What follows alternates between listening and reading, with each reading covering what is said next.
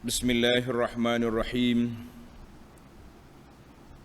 Alhamdulillahi rabbil alamin. Wassalatu wassalamu ala rasuli rabbil alamin. Nabiyyina wa habibina wa qudwatina Muhammad ibn Abdillah wa ala alihi wa sahbihi wa man sar ala nahjihi wahtada bihadihi wastanna bisunnatihi ila yaumiddin, amma ba'du. Alhamdulillah, syukur kita kepada Allah Azza wa Jalla kerana pada pagi ini 20 hari bulan Mac 2022 bersamaan dengan 17 Syaban 1443,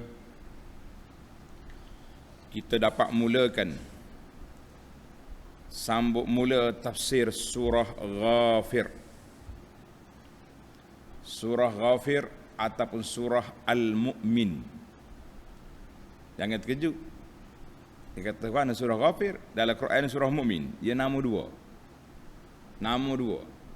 Surah ini dua nama.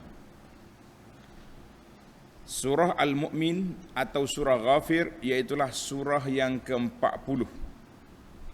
Surah yang ke-40 di dalam Al-Quran. Dia duduk dalam juzuk yang ke-24. Juzuk yang ke-24, surah yang ke-40. Apa yang kita akan bincangkan iaitulah kita akan mula dengan muqaddimah surah. Kita hanya akan baca 3 ayat saja daripada permulaan surah ini. 3 ayat daripada permulaan surah ini. Kemudian kita pergi ke muqaddimah dianya insya-Allah. Surah Ghafir atau surah Al-Mu'min. Bagi jemaah yang ada tafsir pimpinan Ar-Rahman edisi Jawi muka surat 1020. 1020. Kita baca ayat dulu, kemudian kita pergi ke huraiannya insya-Allah.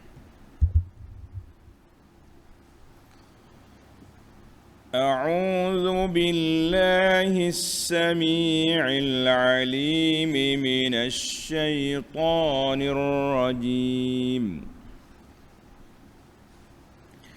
بسم الله الرحمن الرحيم. حاميم.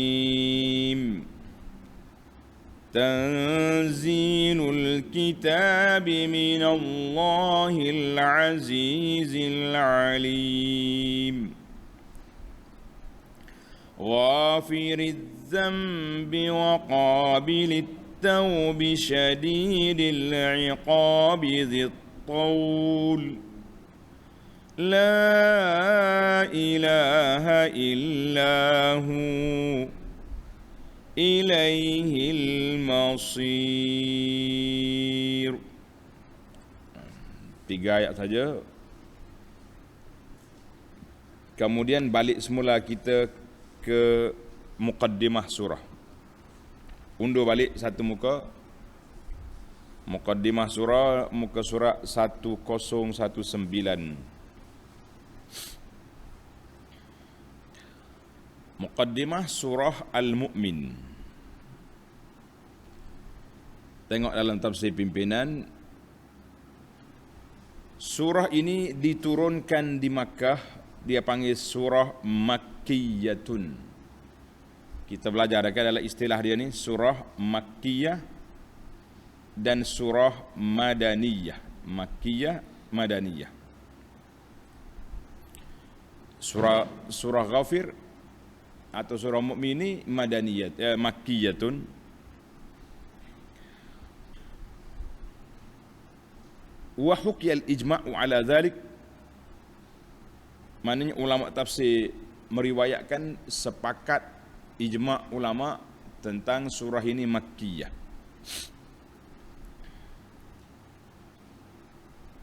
Mengandungi 85 ayat 85 ayat,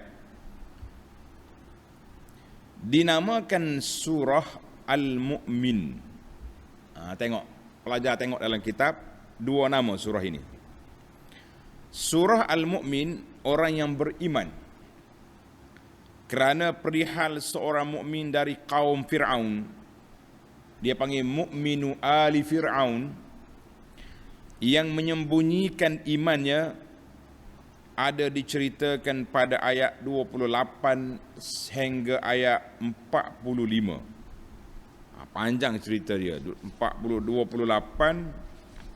sampai ayat 45 hingga ayat 45, cerita mu'minu ali Fir'aun. Wa ja'a rajulun mu'minun min ali Fir'aun.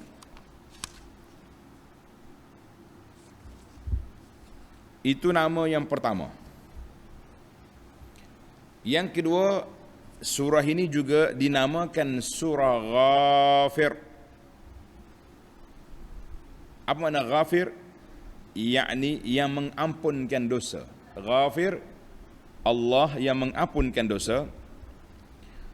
Kerana pada awal surah ini Allah telah menegaskan bahawa, tengok ayat yang kita baca saat ini, tanzilul kitab minallahil aziz alim ghafiriz zambi. Ghafiriz zambi. Di awal ayat yang ketiga tu, Allah yang mengampunkan dosa.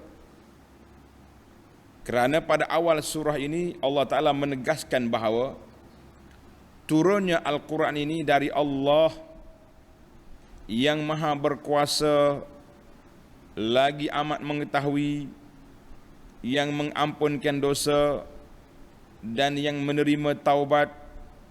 Dalam pada itu Allah juga keras seksanya terhadap orang-orang yang degil dalam keingkaran dan kekufuran mereka.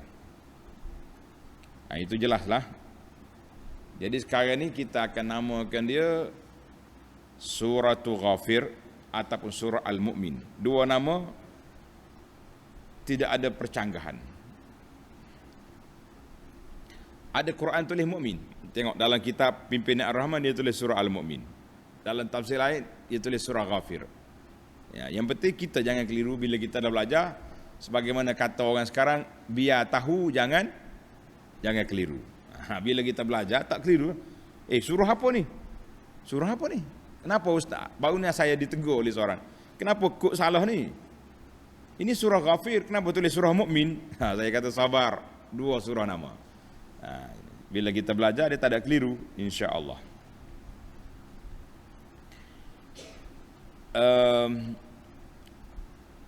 Intisari kandungan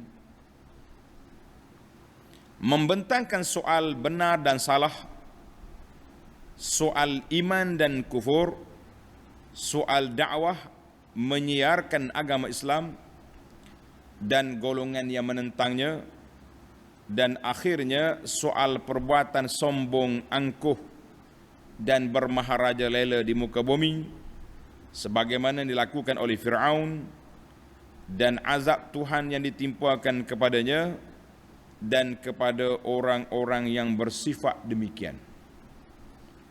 Dalam memperkatakan soal-soal yang tersebut, dibentangkan pula pendirian orang-orang yang beriman yang tetap patuh dan mengerjakan amal bakti untuk mendapat keredaan Allah Azza wa Jalla. Kemudian diterangkan perihal malaikat yang mencintai orang-orang yang beriman serta mendoakan untuk mereka dan untuk ibu bapa, anak dan isteri serta keturunan mereka. Semoga mereka semuanya diampuni dan diberi rahmat oleh Allah yang amat melimpah rahmatnya. Setelah menerangkan kebenaran hari kiamat, maka Allah Ta'ala perintahkan supaya umat manusia sentiasa berdoa dan beribadat kepadanya dan diberi rahmat oleh Allah yang amat melimpah rahmatnya. setelah menerangkan kebenaran hari kiamat, maka Allah Ta'ala perintahkan supaya umat manusia sentiasa berdoa dan beribadat kepadanya untuk kebaikan mereka di dunia dan di akhirat. Ibadat itu adalah satu-satu cara yang dilakukan oleh seseorang untuk membuktikan kepercayaannya kepada kebesaran, kemuliaan dan kekuasaan Allah Azza wa Jalla, serta melahirkan kesedarannya kepada kehinaan, kemiskinan dan kelemahan diri. Dengan yang demikian, sesiapa yang sombong, takbur daripada melakukan ibadat, bermakna ia berlaku sombong daripada mengakui kebesaran Tuhan dan kehinaan serta kelemahan dirinya.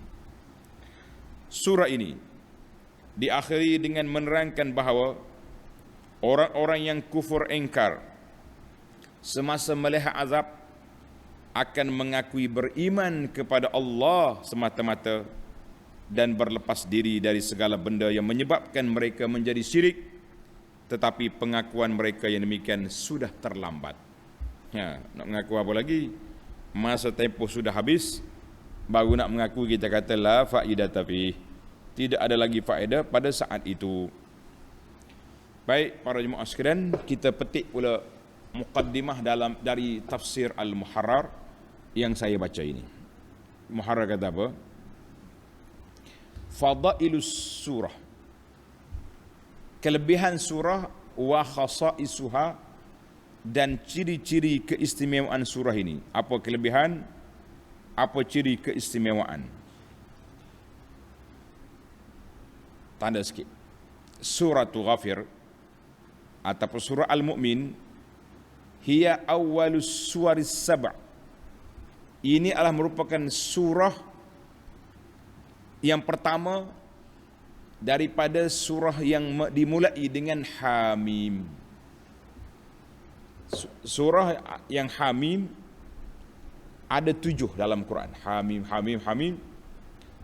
Surah ini, Ghafir ini, surah yang pertama daripada 7 surah yang dimulai dengan Hamim. Wa yutlaqu ala hadhihi suwar, dan dikatakan surah 7 ini nama dia Al-Hawamim. Al-Hawamim makna surah yang dimula dengan Hamim. Kita pergi kepada maqasidus surah. Objektif surah ini nak cakap apa? Ibtalu jadal, nak membatalkan hujah-hujah, gompulan yang yujadiluna fi ayatillah, yang berbantah-bantah pada ayat-ayat Allah. Nak membatalkan hujah-hujah. Hujah apa? Yang menyebut, yang duduk berdebat tentang ayat-ayat Allah, jadi dia nak batalkan, inilah ayat dia. Adapun tajuk tadi kita dah sebut, dalam pimpinan sudah ada, tapi di sini bernombor. Ada 10 perkara. Tajuk dia secara nombornya 10 perkara. Yang pertama, Allah Ta'ala mula pembukaan surah ini dengan memuji dirinya. Allah puji dia. Itu hak Allah. Tapi kita manusia kalau kita puji sendiri, itu orang panggil orang tak betul. Duk puji. Dalam istilah orang panggil angkat ekor sendiri. Lah, manusia tak. Saya lah orang baik, saya lah. Orang tak puji orang itu kita. Orang lain puji pun kita marah. Ni apa pula kalau kita puji kita sendiri? Kan? Bagaimana pula kita yang puji kita sendiri? Maka kita mengatakan itu satu kepincangan yang berlaku di dalam dunia kita ini. Yang kedua, tasliyatul Rasul, nak menenangkan hati Nabi sallallahu alaihi wasallam dengan kerenah yang dimainkan oleh puak-puak kafir terhadap baginda. Kafir duduk hentam, Allah Ta'ala bawa mari cerita-cerita orang dulu sudah diuji dan dicuba dan sebagainya. Yang ketiga, bayanu wazifatil malaikah. Dalam surah ini menjelaskan tanggungjawab ataupun tugas para malaikat yang memikul aras. Ada malaikat yang kerja dia istighfar, minta ampun kepada orang yang beriman, berdoa kepada orang yang beriman. Para jemaah, untuk cerita malaikat ini, ana telah pun ada satu kuliah khas. Tajuk dia golongan yang mendapat doa malaikat. Tengok dalam YouTube, golongan yang mendapat doa malaikat. Ada 12 golongan. Alhamdulillah. Yang keempat, mengajak manusia supaya ikhlaskan ketaatan ibadat kepada Allah Azza wa Jalla. Memperingatkan mereka tentang huru-hara hari kiamat dan menyatakan bahawa al-mulku lillah, kerajaan pada hari kiamat itu tak ada lagi siapa yang berkuasa kecuali Allah semata-mata. Yang kelima, zikru janibin min qissati Musa alaihissalam, menyebut sedikit secebis daripada kisah Nabi Musa dengan Fir'aun, Haman dan Qarun. Di keempat tiga ada Fir'aun, Haman, Qarun. Dan juga peranan yang dimainkan oleh seorang laki-laki yang beriman dari keluarga Fir'aun. Penting nih, orang beriman dari kalangan keluarga Fir'aun sendiri memberi aset besar kepada Islam pada zaman Nabi Musa alaihissalam. Yang keenam, hikayatu janibin, suatu hikayat dari sudut al-muhawarat, dialog, perbincangan yang berlaku di antara orang-orang yang lemah dengan bos-bos yang sombong, yang besar dalam neraka. Apa ni, orang lemah kata, "Mu lah tipu aku." Bos kata, "Kau bodoh ikut aku." Itu ialah cerita dia. Kemudian penjaga neraka memarahi mereka, ataupun mereka minta dengan penjaga neraka. Yang ketujuh, at-tanbih, dalam ayat ini juga memberi peringatan kepada dalil-dalil yang menunjukkan keesaan Allah Azza wa Jalla dengan ketuhanannya secara umum dan membatal segala jenis ibadat lain daripada Allah Azza wa Jalla. Yang ke-8, Allah Ta'ala sebut beberapa kategori jenis nikmat-nikmat Allah Azza wa Jalla yang Allah kemukakan supaya mereka bersyukur kepada Allah. Yang ke-9, Allah Ta'ala cerita tentang kumpulan yang berdebat tentang ayat-ayat Allah Ta'ala tanpa ilmu. Orang panggil berjidal tanpa ilmu. Dan Allah Ta'ala cela mereka, memberi amaran kepada mereka dengan keburuknya tempat tinggal mereka.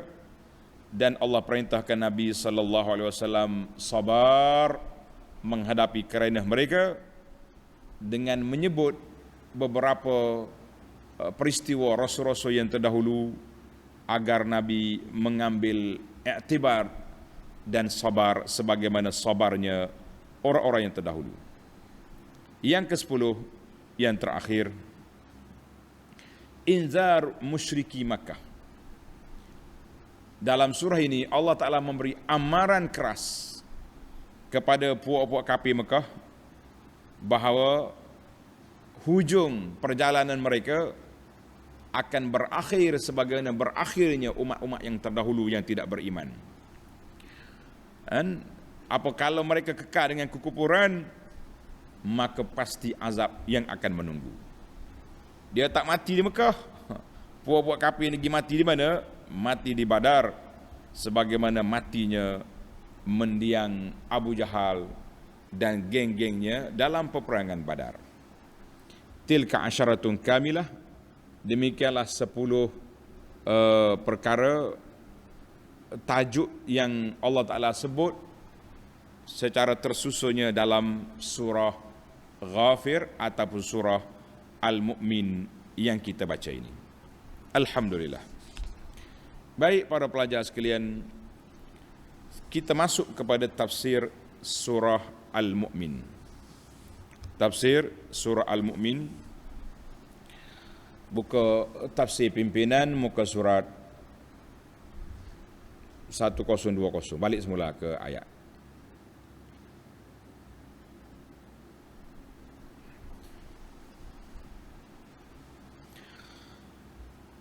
Bismillahirrahmanirrahim. Kita kena ingatlah, para pelajar ingat sentiasa, kita bila nak baca Quran, kita mula dengan a'udzubillahi minasyaitonirrajim. Tapi kalau di awal surah, dia ada bacaan lagi Bismillahirrahmanirrahim. Kecuali satu surah saja yang tidak ditulis Bismillah. Satu surah je, daripada 114 hanya satu surah. Jadi kita tak baca sampai itu. Kita baca a'udzubillahi minasyaitonirrajim. Dengan nama Allah yang yang Maha Pemurah lagi Maha Mengasihani. Hamim. Dia panggil dalam bahasa apa ni, kitab dia panggil Hamim, huruf al-muqatta'ah. Tulis itu huruf apa ni? Al-muqatta'ah. Di tulisan bersambung, baca satu-satu. Hamim.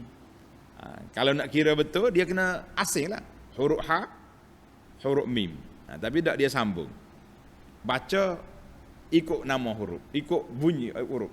Hamim, itu dia panggil huruf al-muqatta'ah, yang Allah SWT jadikan pembukaan surah.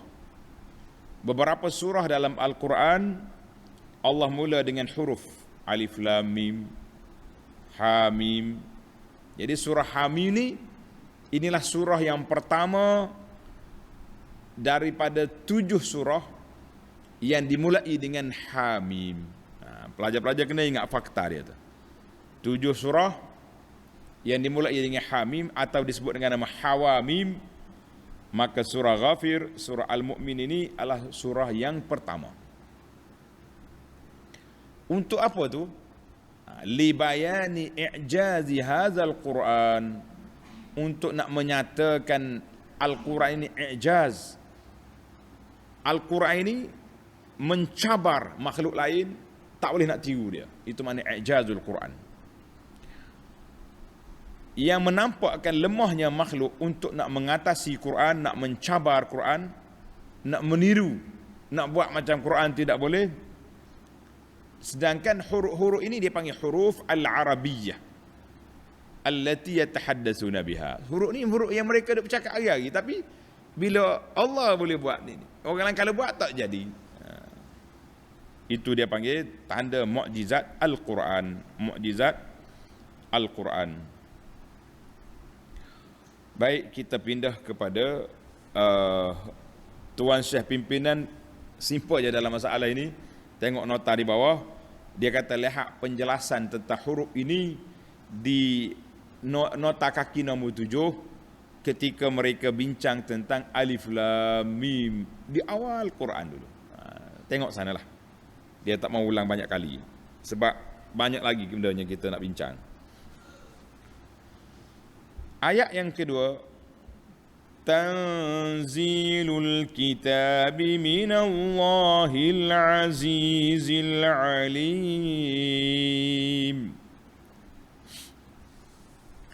Turunnya Al-Quran ini dari Allah yang maha berkuasa lagi amat mengetahui.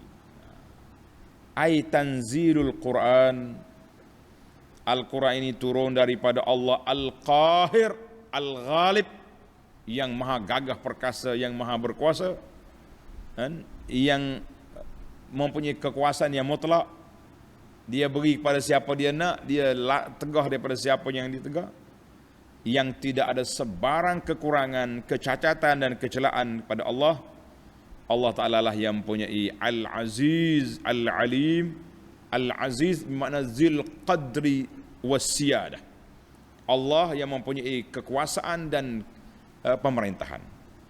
Al-Alim, iaitulah Allah Ta'ala yang meliputi ilmunya segala perkara. Dua sifat sini, Aziz, Alim.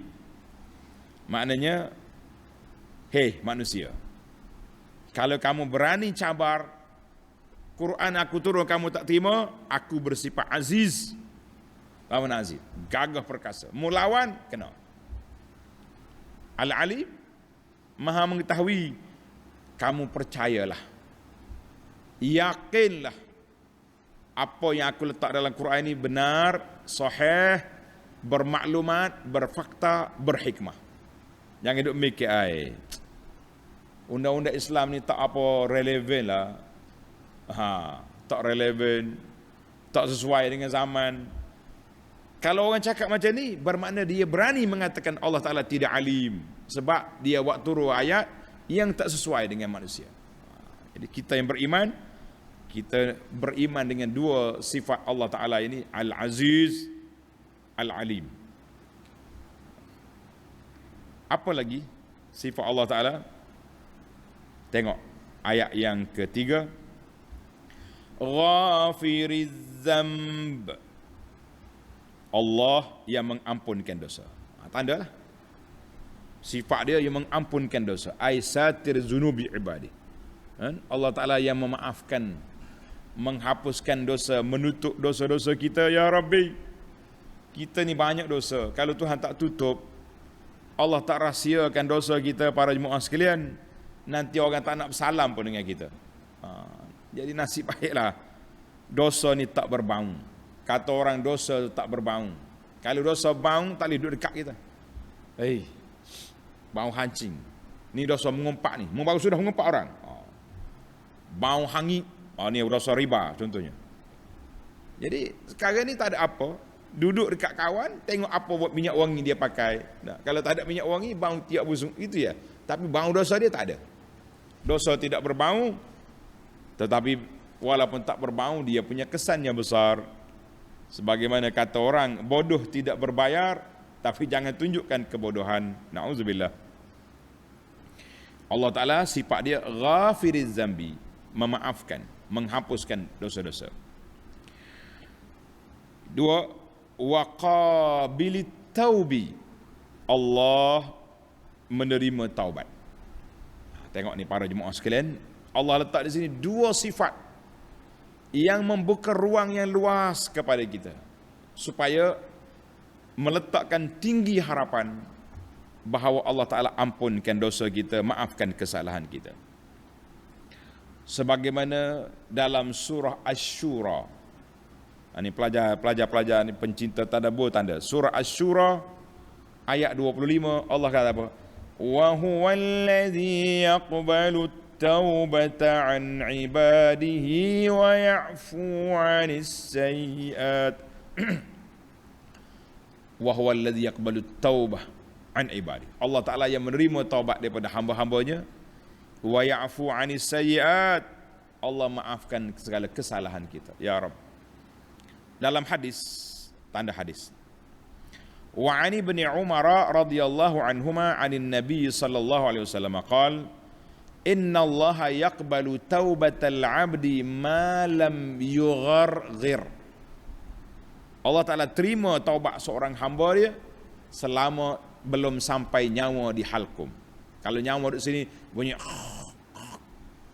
yugharghir, mana bunyi tekuk dah, ya Rabbi taubat, lah masa tu tidak diterima, pintu taubat sudah ditutup. Hadis ini rawahu Tirmizi bisanadin sahih. Wa an Abi Hurairah radhiyallahu anhu qala Rasulullah sallallahu alaihi wasallam man taba qabla an tatlu'a asy-syamsu min maghribiha taballahu alaihi. Siapa dia bertobat sebelum matahari naik di sebelah barat, Allah terima taubat dia. Hadis ini rawahu Muslim. Maksudnya kenapa bawa dua hadis? Hadis yang pertama kiamat individu. Setiap orang diterima taubat selagi nyawa dia belum sampai di halkum. Hadis yang kedua secara umum, bila matahari naik belah barat, kita sihat wal afiat pun tak ada, tutup dah pintu taubat. Baik. Sifat yang ketiga, dua sifat ini ar-raja dia panggil. Raja, maknanya kita mengharapkan keampunan. Dua sifat lagi, al-khauf, sifat yang menakutkan. Tengok sifat dia, syadidil iqab, Allah yang sangat berat azab seksaannya. Jangan berani. Ini dipanggil ayat takhwif, nak menakutkan kita. Yang tak dua ayat tadi, raja, kita mengharapkan keampunan Allah. Yang ni takhwif, menakutkan. Ai syadid iqab, dahsyat, ganas. Orang panggil apa ni? Berat sekali azab seksaan Allah kepada orang yang berhak menerimanya. Orang yang derhaka, orang kafir, orang syirik, azab. Dalam surah Al-Maidah ayat 2, wattaqullah innallaha syadidul iqab. Takutlah kamu kepada Allah, Allah Ta'ala sangat keras seksaan dia. Dalam suratul Hijri, tanda suratul Hijri ayat 49-50, nabbi' ibadi anni anal ghafurur rahim. Nabbi' ibadi, beritahu kepada hamba-hamba aku.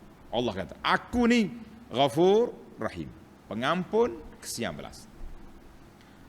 Wa anna azabi huwal azabul alim. Azab aku sangat teruk, sangat dahsyat. Maknanya dalam ayat Ghafir dua-dua apa? Dua-dua ada. Jangan berani ayat yang kita akan baca nantilah. Dua-dua ada. Ada Rahim, ada Alim. Baik. Wa an Abi Hurairah, ni hadis pula. Kita tafsir Quran dengan hadis. Wa an Abi Hurairah radhiyallahu anhu anna Rasulullah sallallahu alaihi wasallam qala law ya'lamul mu'minu ma 'indallahi minal 'uqubati ma tami'a bi jannatihi ahad. Allah. Kalaulah orang mukmin ni tahu apa yang ada di sisi Allah Taala, seksaan yang disediakan itu, tak ada seorang pun berangan-angan nak masuk syurga, takut. Walau ya'lamul kafiru ma 'indallahi minar rahmati. Kalau orang kafir tahu luasnya rahmat Allah Taala, ma qanata min jannati, tak ada seorang pun orang kafir kecuali teringin, berangan-angan nak masuk syurga belaka. Hadis ni rawahul Bukhari wa Muslim. Kita pergi kepada sifat yang keempat, zit taul. Zit taul, yakni Allah yang melimpah-limpah kurniaannya, la ilaha illahu. Sifat dia lagi. Yang keberapa tu? 5.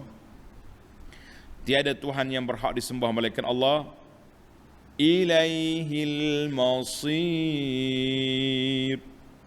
Kepada Allah lah tempat kembali. Jadi ini sifat-sifat Allah Ta'ala ataupun nama-nama Allah.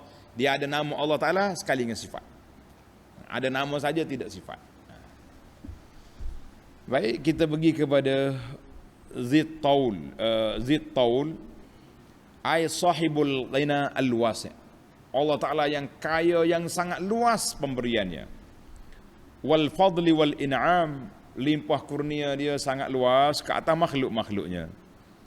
Sebagaimana Allah Ta'ala sebut dalam surah Ibrahim ayat 34, wa in ta'uddu ni'matallahi la tuhsuha.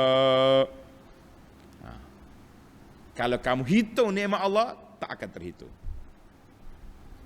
Sudah ngaji ni, duduk depan cermin, sambil-sambil duduk menilik, tengok tua ke muda kita, sudah kecut ke sudah masih terik lagi kita punya apa ni kulit. Tengok nikmat Allah. Mata berapa harga, bulu mata berapa harga, hidung berapa harga, bulu hidung berapa harga. Cukuplah. Allah kata kalau kamu hitung nikmat Allah tidak terhitung. Tapi kena hitung baru kita terasa banyak. Kalau tak hitung rasa macam tak ada nikmat je. La ilaha illahu la ma'budah haq illallah wahdah. Tidak ada Tuhan yang berhak disembah kecuali Allah yang Maha Esa. ilaihil masir, kepada Allah lah tempat kembali segala makhluk. Ketika itu akan dibalas yang baik dibalas baik, yang buruk menerima balasan yang buruk. Alhamdulillah, tamatlah tafsir 3 ayat yang kita baca di awal surah Ghafir ataupun surah Al-Mu'min ini. Baik para jemaah sekalian, sekarang kita pindah kepada mengutip al-fawaid, 5 faedah yang kita nak ambil daripada ayat ini. Yang pertama, tulis pelajar, yang pertama, Hamim, sampai kepada ayat yang kita baca tadi, sampai kepada ayat yang ketiga. Wajhul munasabah, Allah Ta'ala sebut dia turun Quran, kemudian dia sebut 6 sifat ini, ataupun daripada awal lagi 8 sifat, 6 sifat Allah Ta'ala sebut. Dia kata sifat-sifat ini, sifat mana ni, 6 sifat ataupun 8 sifat ini, iaitulah mengandungi kandungan Quran duduk di situ. Tulis cepat sikit, panjang sikit ni huraiannya. Dia kata Quran ini ada dalam Quran ada nama-nama Allah Ta'ala dengan sifat-sifatnya. Jadi dalam ayat kita ni ada 8 perkara. Ada dalam Quran cerita-cerita perkara gaib yang lepas, yang akan datang. Dalam ayat ini Allah Ta'ala sebut akan berlaku kiamat, akan berlaku pembalasan, akan berlaku, ada. Yang ketiga, ada cerita tentang nikmat Allah Azza wa Jalla. Ada cerita tentang nikmat Allah Ta'ala. Jadi dalam ayat ni Allah sebut Zit Taul, Allah Ta'ala mempunyai limpah kurnia yang luas. Dalam Quran ada cerita tentang azab, inna azabi, dalam ayat ni syadidil iqab, ada. Tuan-tuan nak apa? Semua dalam Quran ni terkandung dalam ayat yang kita sebut ni, seolah-olah macam orang panggil poin-poin utama isu dalam Quran. Dia ada cerita tentang keesaan Allah, ada cerita tentang hukum-hukum Allah Ta'ala. Dalam ayat ilaihil masir, tentang hukum Allah, cerita tentang keesaan Allah, la ilaha illahu. Masya Allah, susunan yang begitu cantik dalam Al-Quran ini. Kita kata Alhamdulillah, kata Alhamdulillah. Faedah yang kedua, tak tersusun saya sebut ni, kita susun semula. Yang pertama, cerita tentang nama Allah, sudah ada. Cerita tentang perkara gaib, sudah ada. Cerita tentang nikmat Allah Ta'ala, duduk di Zit Tauli. Cerita tentang azab, duduk di Syadidil Iqab. Nak mengajak manusia supaya bertaubat, maknanya Allah Ta'ala Ghafiriz Zambi, mari bertaubat. Allah Ta'ala cerita tentang keesaan Allah, duduk di la ilaha illahu. Cerita tentang hukum pembalasan, duduk di ilaihil masir. Tulis mulalah. Jadi Allah kata aku turun Quran, ini sifat aku. Tak percaya lagi, rugilah kamu. Baik, kita pergi kepada faedah yang kedua. Allah kata apa? Tanzilul kitab, tanzilul kitabi minallah. Allah Ta'ala turunkan Al-Quran ini daripada Allah. Ayat ini menyatakan maha tingginya Allah Subhanahu Wa Ta'ala daripada segala makhluk, dan Al-Quran itu bukan makhluk. Al-Quran bukan makhluk. Sebab apa dia kata bukan makhluk? Sebab dia tanzilul kitabi minallah, daripada Allah Azza wa Jalla. Jadi Allah Ta'ala yang berkata-kata, Al-Quran ini daripada kalamullah, Al-Quran daripada kalamullah. Sifat Al-Quran tanzilul kitab, kitab sifat Al-Quran tertulis. Di manakah ditulis Al-Quran? Mula-mula sekali tulis Lauhil Mahfuz, ditulis di Lauhil Mahfuz. Kemudian Quran yang ada di tangan malaikat yang bawa turun pada Nabi sallallahu alaihi wasallam. Kemudian Quran yang berada di tangan kita sekarang. Walau kita kata kertas tu bukan, kertas tu makhluk, tapi Quran tu kalam Allah. Kertas tu makhluk, Quran tu kalam Allah. Baik. Yang ketiga, Allah Ta'ala sebut dalam ayat ini, Al-Azizil Alim. Al-Azizil Alim mengandungi dua nama ini sifat. Dua sifat. Dua nama mengandungi dua sifat, iaitulah qudrat dengan ilmu. Sifat qudrat dengan ilmu. Maka Allah Ta'ala yang menciptakan makhluk, yang menjadikan semua makhluk ini selain daripada Allah, nama dia makhluk. Lemah belakalah, berajak kepada Allah Azza wa Jalla. Karena itulah kata Imam Ahmad bin Hanbal, fatadammanat isbatal qadar. Ayat ini juga mengisbatkan takdir Allah Azza wa Jalla. Sebab Allah Ta'ala yang menetapkan berlakunya perkara ini sampai ke hari kiamat. Ini ayat-ayat Al-Quran ini mengajar kepada kita dalam isu akidah, isu ketuhanan, dan isu kenabian. Yang keempat, ghafiriz zambi wa qabilit taubi. Ghafiriz zambi wa qabilit taub. Allah Ta'ala yang mengampunkan dosa, menerima taubat. Jadi ayat ini kau ulama mengatakan at-targhib wa tarhib. Dalam ayat ini ada galakan dan ada peringatan. Al-wa'di wal wa'id, ada janji yang baik untuk beri syurga kepada orang taat, dan ada janji seksa bagi orang yang tak dengar kata. Mu tak dengar kata, cari penyakit lah kau. Kan? Cari penyakit. Jangan duk cari penyakit kita ni. Baik. Itu dia panggil, Allah SWT cerita kepada kita, ghafiriz zambi, dia ni maha pengampun, dan qabilit taubi, menerima taubat. Maka ayat ini menggalakkan kita sentiasa beristighfar, sentiasa minta ampun kepada Allah, sentiasa bertaubat kepada Allah. Sebab apa? Sebab kita kenal siapa Allah. Kita kenal siapa Allah, maka ketika itu baru kita tahu, kalau aku ni tak taubat, kita rugi. Kita telah mensia-siakan peluang yang diberi oleh Allah Azza wa Jalla. Yang akhir Allah Ta'ala sebut syadidil iqab. Allah Ta'ala juga yang keras dia punya hukuman. Ayat ini al-hazar minat ta'arrudi li'iqabihi, memberi amaran keras, jangan berani, jangan cuba-cuba nak melanggar perintah Allah Azza wa Jalla, sebagaimana dalam ayat suratul Hijri ayat 49-50 tadi, nabi ibadi anni anal ghafurur rahim wa anna azabi huwal azabul alim. Jadi bagi tahu kepada hamba aku ni baik, tapi hati-hati. Kebaikan Allah Ta'ala tu jangan mengambil peluang nak mengatakan Tuhan tu baik, boleh je derhaka. Tidak mungkin. Jadi dari sinilah kita kena ingat, dua perkara ni mesti jalan serentak. Targhib, tarhib. Galakkan dan juga peringatan.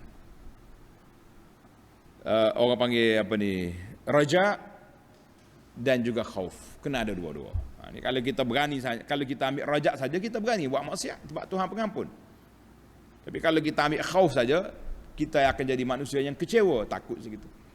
Dalam hadis Nabi sallallahu alaihi wasallam, Nabi bersabda, lamma khalaqallahu al-khalqa, setelah Allah Ta'ala ciptakan makhluk, kataba fi kitabi, Allah Ta'ala ada tulis, bahwa indahu fawqal arsy, Allah Ta'ala tulis apa? Inna rahmati taghlibu ghadabi, rahmat aku mengatasi kemurkaan aku. Wa fi lafzin sabaqat ghadabi, kemurkaan apa ni, rahmat aku mendahului kemurkaan. Kita kata alhamdulillah. Hadis ini dalam Bukhari dan juga dalam Muslim. Kita kata alhamdulillah para jemaah sekalian, Allah dah maklumkan kepada kita bahawa dia pengampun dosa, dia juga yang memberi kemaafan, tapi Allah juga yang mempunyai siksaan. Jangan berani. Maka dalam ayat ini dua-dua ada balasan bagi orang berdosa, syadidil iqab, balasan bagi orang baik, zid tauli. Maka kitanya ambil pendekatan jalan tengah di antara khauf, raja. Jangan berani, jangan kecewa. Alhamdulillah, Mudah-mudahan kita selamat di dunia dan selamat di akhirat. Amin ya rabbal alamin. Kita akan sambung lagi perbincangan kita dalam ayat yang keempat sidi yang akan datang. Subhanakallahumma wa bihamdika asyhadu an la ilaha illa anta astaghfiruka wa atubu ilaik. Wa sallallahu ala nabiyyina Muhammad wa ala alihi wa sahbihi ajma'in walhamdulillahi rabbil alamin. Wassalamualaikum warahmatullahi wabarakatuh.